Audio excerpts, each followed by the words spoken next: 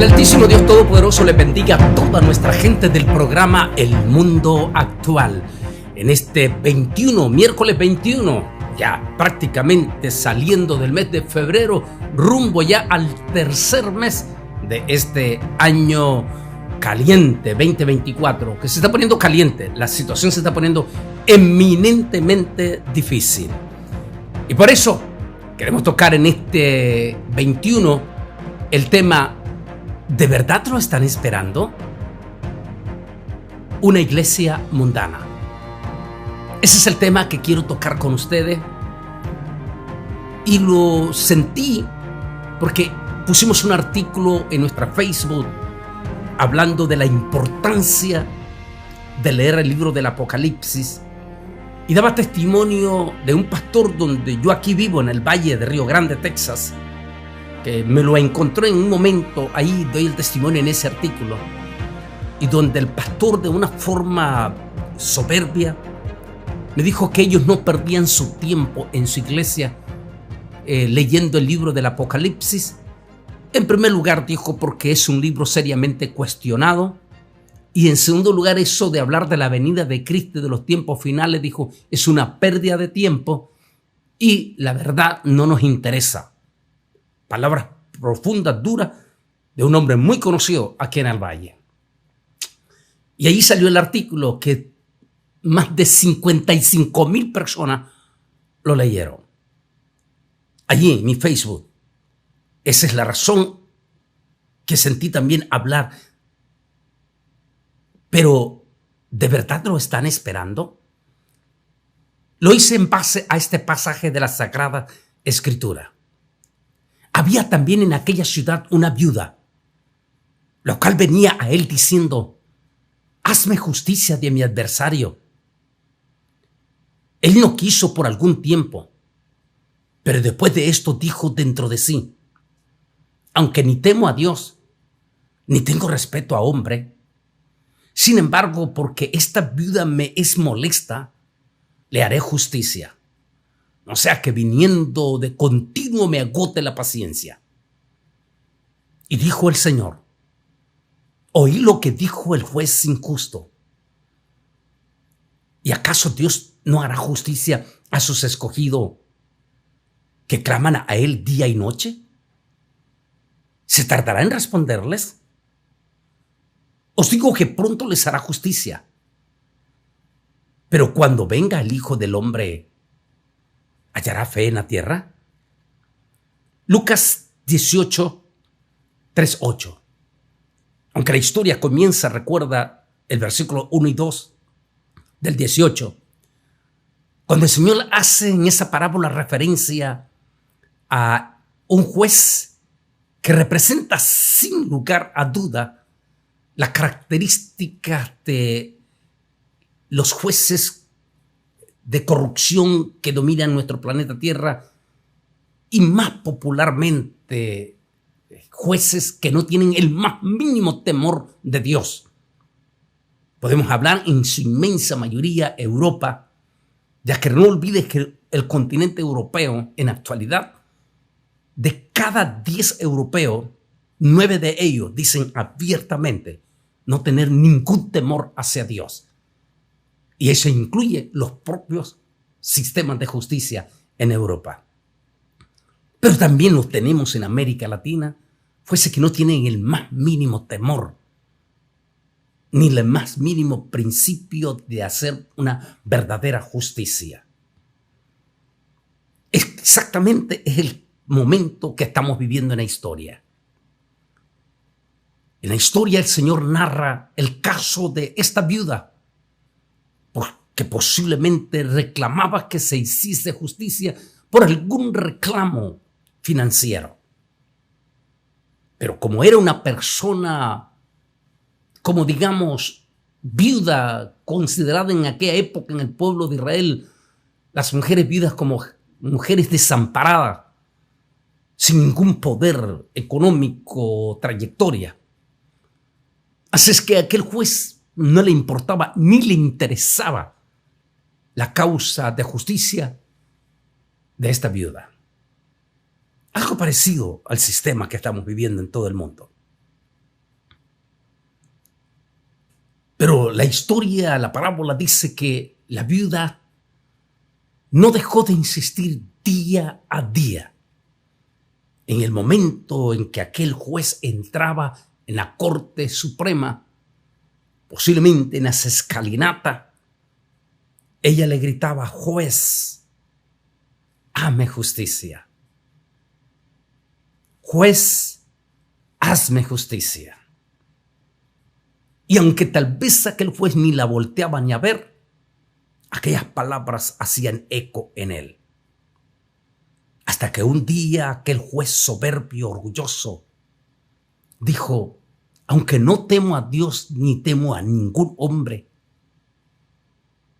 en verdad mejor le voy a hacer justicia a esta viuda, no sea que en una de esas me colme la paciencia y pueda cometer un error más grande.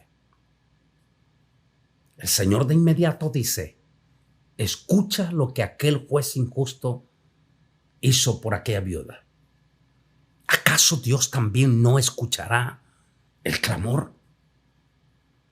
Este clamor verdadero que existió desde aquel momento que sucedió en el día número 40 en el Monte de los Olivos, cuando se reunieron, o en una parte allí del monte, cuando se reunió un grupo de aproximadamente 500 o más personas,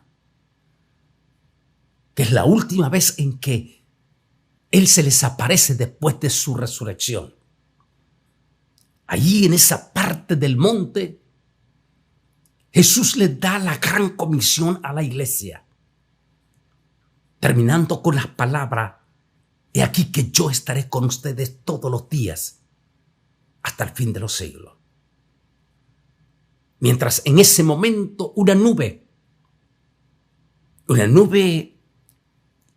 interesante, mientras estaba preparando mis estudios de masterclass, hacer referencia a por qué siempre se habla, viene una nube, y expertos están hablando que nube quiere decir una multitud de seres angelicales, que se ve como una gran nube, aquella manifestación. No cabe duda que ese momento el cielo se estremeció de gozo y de alegría al saber en aquel momento. Me gusta una canción que cantan unos dúos muy populares, vieja, no es de ellos, es vieja la canción. Dice: cantar volando. Y dice: y los que están en el cielo saldrán para ver ese momento de gozo y de alegría para el cielo, cuando el majestuoso, aquel que se había hecho inferior a los ángeles, aquel que había tenido muerte de cruz y que había resucitado de entre los muertos, ahora tomaba su condición de deidad. Y ha llegado el momento de regresar, como dice el escritor del libro de los Hebreos, para sentarse sobre su propia majestad. En la traducción en español, sobre su mano derecha, que ya sabemos que grupos sectarios que niegan la deidad de Jesús hacen pésima interpretación de esa palabra que es hebrea. Debe haber sido impresionante ese momento allí en el monte. De hecho, tengo una foto, y en este estudio, cuando lo toque personalmente en una de las iglesias, voy a mostrar foto ahí, donde estuve con un grupo en el 2014 grande. Y estuvimos allí en el lugar donde se dice, según los arqueólogos, que Jesús ascendió a los cielos.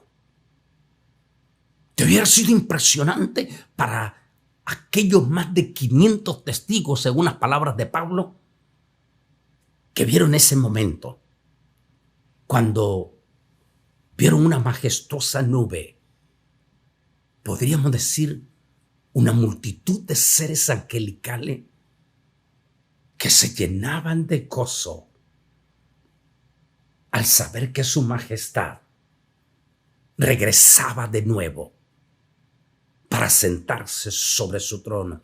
Usted tiene que ver, por favor, nuestros estudios en Masterclass, el capítulo 4 y el capítulo 5, cuando Su Majestad el Cordero aparece en el trono.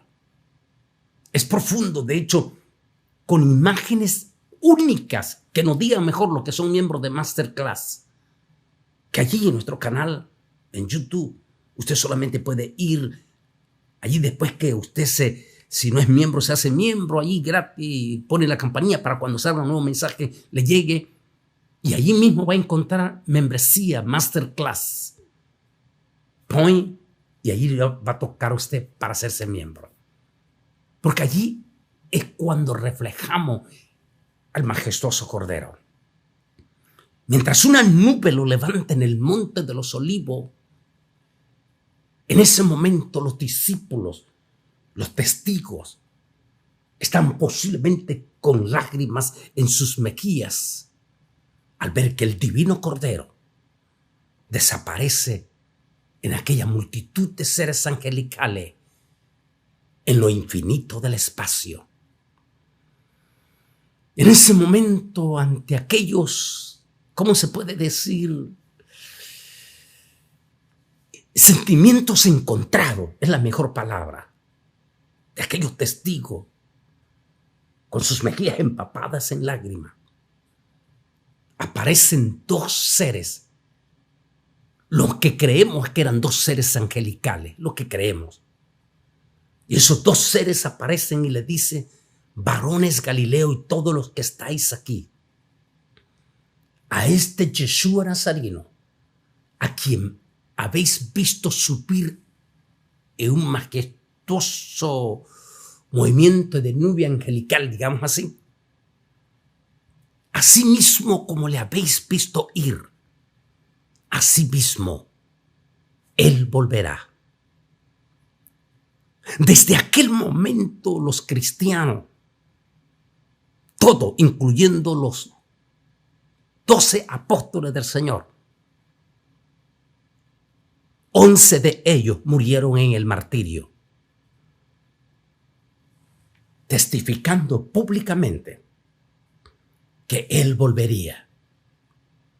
El último fue el apóstol Juan, que según la historia, cuando siempre vamos a las 7 iglesias a hacer estudios escatológicos, les digo a nuestra gente que me acompaña que según la historia, Juan murió aproximadamente a los 101 años allí en Éfeso. El anciano Juan fue testigo ocular de aquel momento trascendental cuando el Señor ascendió. Y por eso, inclusive, estamos preparando un estudio contundente el por qué es importante leer el libro del Apocalipsis. Porque en este momento, este liderazgo religioso, porque esa es la mejor palabra, porque fíjese que en este pasaje que leímos, Jesús junta dos parábolas. La parábola primeramente de la viuda que insiste en justicia y que refleja pero profundamente ese clamor desde los cristianos primitivos. Los cristianos, esos cristianos que menciona John Fox en su libro Los Mártires de Jesús, que el énfasis que hacía John Fox, dice John Fox que en uno de los testimonios muestra una familia que están agarrando el malvado Vaticano para quemarlos porque eran evangélicos, protestantes, como le llamaba el Vaticano. Y dice que el malvado cura se voltea ante sus padres mientras la niña está amarrada y están comenzando a encender fuego en sus piececitos. John Fox dice que era una niña de 12 años. Y en ese momento, cuando sus piecitos van a empezar a quemarse, le dice el malvado cura a la niña: aquí están tus padres. Si tú públicamente renuncias a lo que tus padres están enseñando, te salvarás tú y te salvarás. Y salvarás a tus padres. En ese momento dice que la niña se volteó a sus padres y le dijo: Padre, no nieguen a Jesús. Y no olviden, esa es la palabra de John Fox, dice: y no olviden que Él volverá por nosotros. Y la niña comenzó a cantar un himno de la segunda venida del Señor, mientras los curas del Vaticano, enfurecidos, encendían fuego a los piecitos de la niña.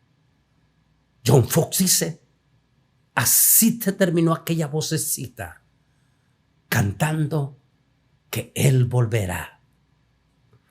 Ese clamor justo, ese clamor de los mártires de Jesús en el 2015 por las bestias terroristas de ISIS, de nuestros múltiples misioneros que han muerto como mártires en los países musulmanes, en África, en la India.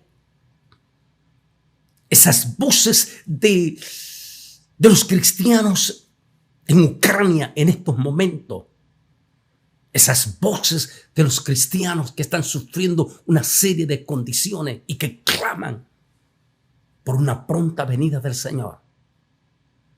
Se ve llena de nebulosa ante la soberbia de un liderazgo cristiano evangélico a lo largo, en primer lugar, como primera plana, como imagen, como que si fuera la iglesia central, la imagen de Estados Unidos, la iglesia evangélica desde Estados Unidos, que es la copia que agarra desde México hasta Argentina. Desde allí espantan ese espíritu de soberbia y de orgullo. Ese espíritu religioso que inclusive ha llegado en algún momento cuando Pablo reclama a una de las iglesias, llamado los Gálatas o la iglesia de Galicia, una iglesia que no solamente estaba volviendo al judaísmo, que niega la deidad de Yeshua Nazareno, sino que también estaban promoviendo la adoración a los ángeles. ¿Coincidencia de que hoy en día tengamos iglesias como en Costa Rica, donde hace unos años hicieron un evento en un estadio para nombrar a su gran apóstol, arcángel de arcángeles? ¿No es eso adoración a deidades angelicales en que es un mortal? Es el mismo espíritu. ¿Y son estos los que están hablando a la venida del Señor? Por supuesto que no. Esa palabra brilla por su ausencia. Ese mismo espíritu de soberbia está invadiendo todo, porque se consideran como los gigantes, como los grandes. Déjeme rápidamente hacer un énfasis en los comentarios del Nuevo Diccionario de la Biblia. ¿Hallará fe en la tierra? La pregunta de Cristo es que si cuando Él regrese sus creyentes estarán todavía esperándolo. La persuasión puede hacer que los fieles pierdan el entusiasmo. Al hacer esta pregunta, Jesús exhorta a los creyentes a no perder su ánimo, la convicción, esa contundente esperanza de su venida. Y de inmediato, pero de una forma de inmediato, Jesús hace referencia a la otra parábola. Menciona a dos personas. Uno llamado fariseo. Fariseo era como la especie de un extraordinario religioso, de un líder, de esos líderes religiosos, de esos personajes que se consideraban tan santos que ni se dejaban tocar por el pueblo. Interesante, ¿no? Muy parecido a lo que estamos siendo testigos. Como cuando di el testimonio este hermano joven líder que ahora está perdido, que cuando llevó a ese líder a quien él idolatraba, ese fue su error de él, a ese líder de origen hondureño de Miami, Florida, que le obliga a alquilar 4 limoncinas de último modelo y que él se enjaranó con $50,000 para satisfacer el ego y el orgullo de este impresionante, soberbio hombre de Florida. Y que cuando está en el estadio allí en Santana, el muchachito quiere hacer algo, orar en público por el gran apóstol, y que el gran apóstol lo humilla y le dice: tú no tienes autoridad, porque tú eres un inferior a mí, porque yo estoy por encima de ti. Y humilló a aquel muchacho que después de esa campaña, por su deuda, perdió su empresa y ahora está sumido en el alcoholismo e indocumentado en los Estados Unidos. Por el orgullo religioso. La soberbia religiosa nos hace perder. La historia dice que estaba este fariseo líder religioso allí en el templo, y a la misma parte de él estaba un publicano. Publicano era la expresión que se utilizaba el religioso para aquellos cristianos inferiores, como la viuda, sin ningún rango, sin ninguna importancia, sin algo por el cual llamar la atención. Ese era el estilo de los religiosos soberbios. El líder soberbio religioso se puso, dice, e inclinando su cabeza hacia arriba, comenzó a decir: asisto de por vida 3 veces a la sinagoga, cumplo con todos los mandatos y doy de todos mis diezmos. Interesante. La actitud del fariseo parece expresar que Dios debía de agradecerle por cumplir. Mira, Señor, la impresionante iglesia que tengo. Hago 2, 3 cultos durante los domingos. Llevo comida a la gente pobre allá al otro lado de México. Y mira todo lo que yo hago. Tú deberías de estar agradecido por mí. Es la actitud de la soberbia. Era como que Dios debía de darle gracias a ello. Este hombre ciertamente miraba por encima del hombre a los demás. Es decir, a las mismas congregaciones, como: ustedes están aquí por mí, porque yo soy el hombre, yo soy el inteligente. Esa era la actitud. Esa actitud orgullosa de sus grandes logros, de sus grandes ayunos. No diría de sus grandes estudios, porque estamos pasando una crisis descomunal en la iglesia evangélica. La inmensa mayoría del liderazgo que tenemos en este momento no tiene preparación educativa. Estoy hablando de la iglesia hispana. La inmensa mayoría ni siquiera, algunos, por lo menos algunos tienen tal vez una maestría en teología, que lo ideal sería tener un doctorado en teología, pero por lo menos ya es algo. Otro, gracias a Dios, por lo menos pasaron un instituto bíblico, tienen por lo menos un bachiller en teología. Pero multitud de pastores ni siquiera pusieron un pie en un instituto bíblico. Y estos tienen multitudes siguiéndole. Es lógico. Hay un dicho en Nicaragua que dice: no pongas al indio a repartir, porque después se va a creer cacique. Es interesante cuando alguien se llena de soberbia y que inclusive ni siquiera tiene las cualidades, aunque los fariseos sí la tenían, como este fariseo. Tenía todas las cualidades. Era un hombre educado, porque los rabinos fariseos se educaban al máximo. Cumplía con todo.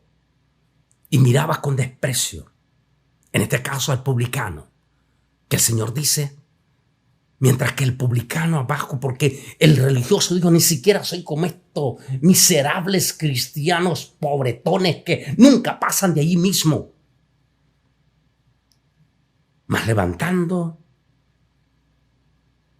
dice que ni aún se dignaba aquel cristiano cubano, por decir así, para mirar al cielo, sino que humillado decía, Señor, sé digno de mí, un pecador, un cristiano que te ama y que espera tu venida. Jesús dijo, cuando los dos se levantaron del templo, ¿quién cree que fue justificado delante de mi Padre?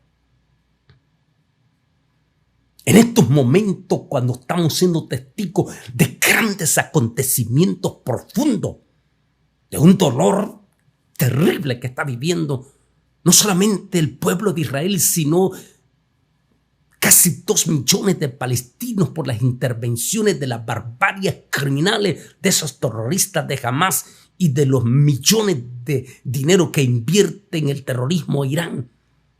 No solamente el dolor de esos millones de Ucrania y de lo que está pasando de las crisis, cambio climático en todo el mundo, y donde los gritos de los verdaderos cristianos es que venga Jesús. Pero, ¿cuándo fue la última vez que tu pastor predicó de la venida del Señor?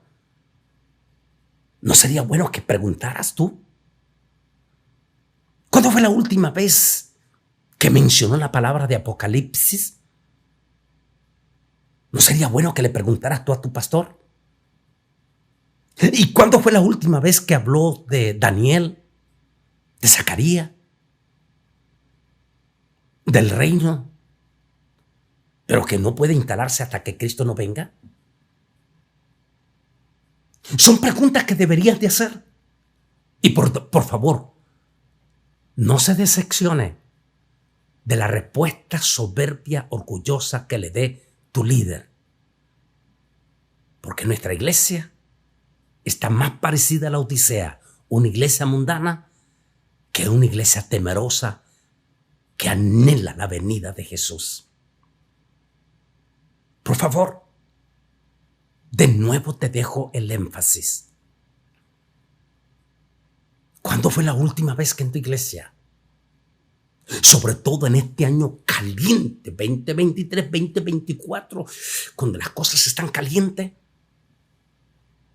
¿cuándo fue la última vez que mencionó la palabra segunda venida, arrebatamiento de la iglesia? Que por cierto, estamos esperando tocar ese tema, porque hay un ataque duro contra el rapto. En síntesis, la respuesta, ¿de verdad lo están esperando? ¿O están más confiados en sus éxitos, en sus orgullos? Y les puede pasar la del rico. Tanta riqueza. Y cuando se muere, no se puede llevar nada. De verdad, de corazón a corazón, los miembros pregunten a su pastor, ¿por qué no habla de la venida del Señor? ¿Por qué no menciona el Apocalipsis? ¿O es que ya perdió la esperanza? Nunca perdamos la esperanza del monte de los olivos, de los 2 ángeles que dijeron, Él volverá. Y de los grandes mártires de Jesús que murieron con su palabra, Él volverá. Y le estamos esperando. Que Dios te bendiga.